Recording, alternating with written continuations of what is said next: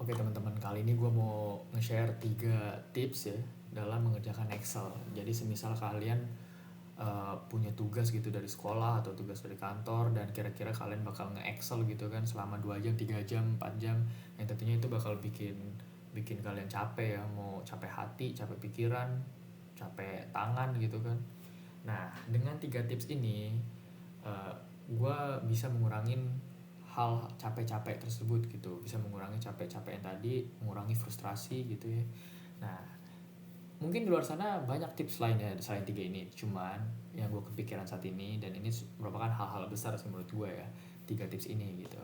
Oke, kita langsung aja ke yang nomor 1 nih. Nomor 1 itu adalah gunakan mouse sejarah mungkin, karena hampir semua lu bisa lakuin dengan keyboard di Excel.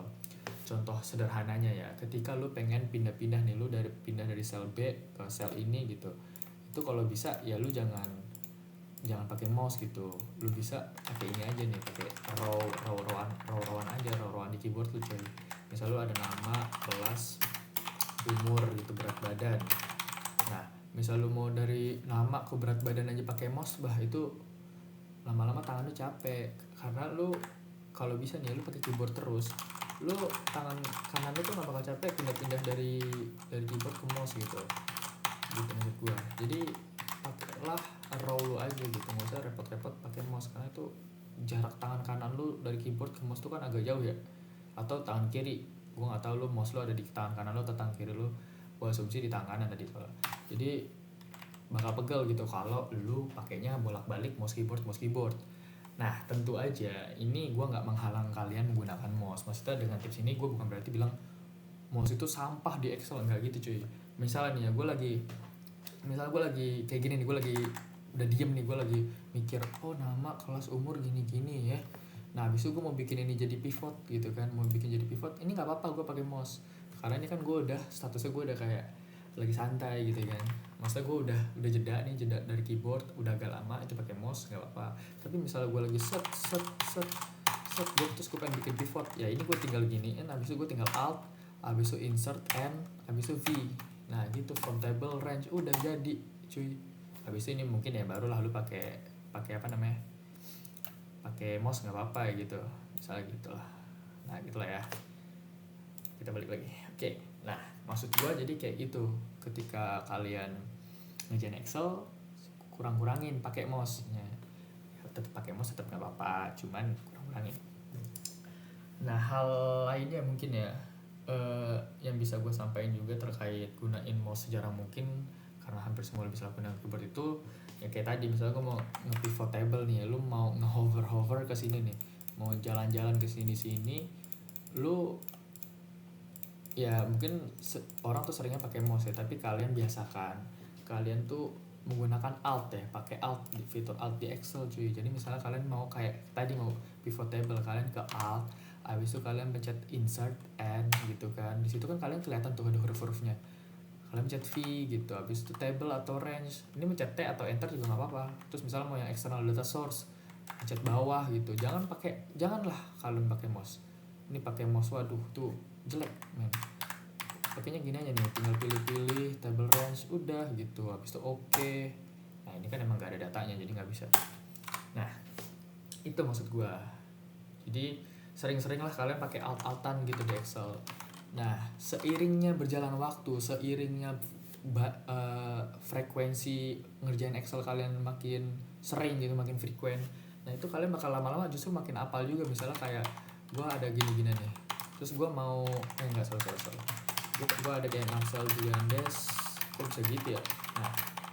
Nah gue pengen nge-text to column gitu. Biasa kan gue, kalau orang-orang normal mungkin bakal ke data, text to column gitu.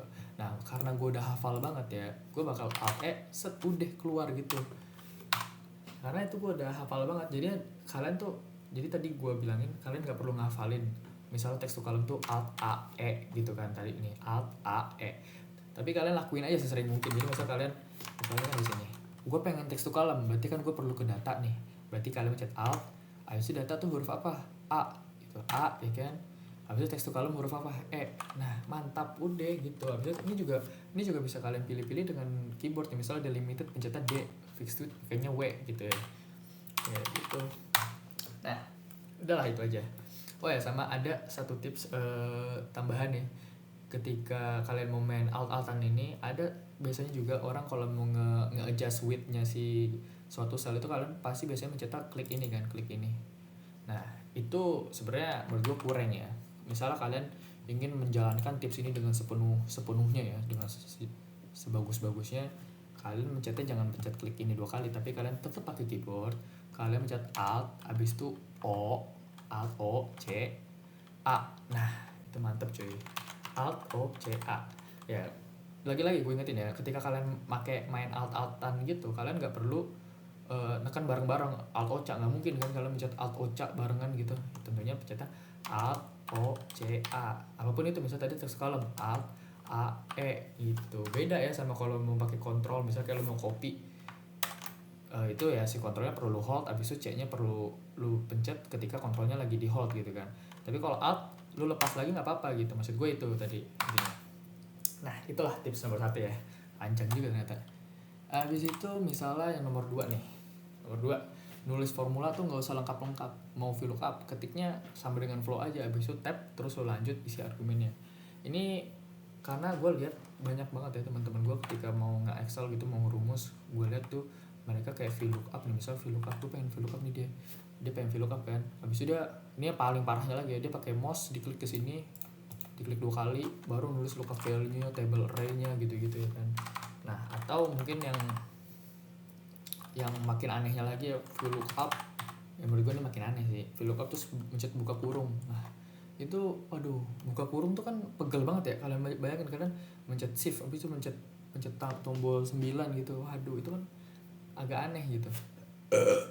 Ini bisa diefisienin gitu. Kalian bisa lebih efisien kalau kalian mencet flow aja nih. Bahkan VL aja udah keluar nih VLOOKUP sendiri dia doang. Mencet tab udah kelar gitu. Nggak usah repot-repot lah. Oke gitu. Ini berlaku untuk semua rumus ya. Misal kayak average gitu, average. Nah, di sini nih, misal average nih, kebetulan kalau lu mau average minimal lu butuh avera kan, atau aver untuk sampai average. Tapi ya lu misalnya mau ave doang nggak apa-apa, lu abis itu mencet bawah nih, mencet row bawah di keyboard ya, average, set, mencet tab, udah gitu.